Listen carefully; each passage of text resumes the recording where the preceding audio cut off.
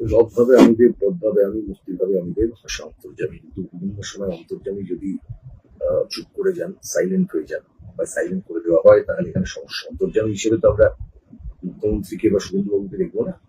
এখানে নির্বাচন কমিশন, যারা ভারতের সংবিধানের প্রদত্ত ক্ষমতা বলে, যারা ভোটার লিস্টের যে সংশোধনের কাজ সেটা তারা করেন, প্রত্যেক বছর তাদের করতে হয়। অ্যানুয়াল রিভিশনের কাজ প্রত্যেক বছর চলে।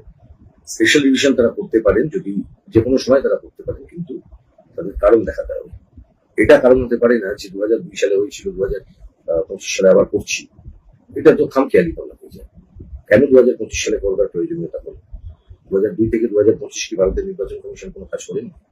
অ্যানুয়াল রিভিশন গুলোর কোনো গুরুত্ব নেই? অন্ততপক্ষে নির্বাচন কমিশন যদি 27 পাতার নোট যদি আপনারা দেখেন, তাহলে দেখতে পাবেন যে এই 27 পাতার নোটে কোথাও তারা বলেননি কোন পরিপ্রেক্ষিতে 2025 সালে এই এসআইআর এর কাজ করা হচ্ছে।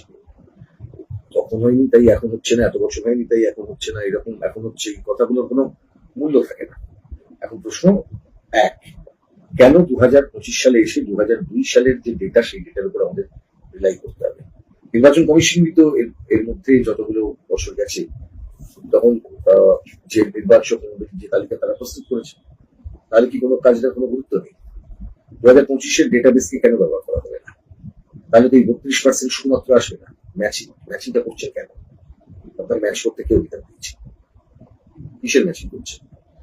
এত সংখ্যক লার্জ নাম্বার অফ ইলেকট্রেটকে এক্সক্লুড করা যদি আপনার লক্ষ্য হয়, তাহলে কি ভারতের মতন একটি ভাইব্রেন্ট ডেমোক্রেটিক কান্ট্রিতে আপনাদের কাজ আপনারা করতে পারলেন? আমার তো মনে হয় পারলেন।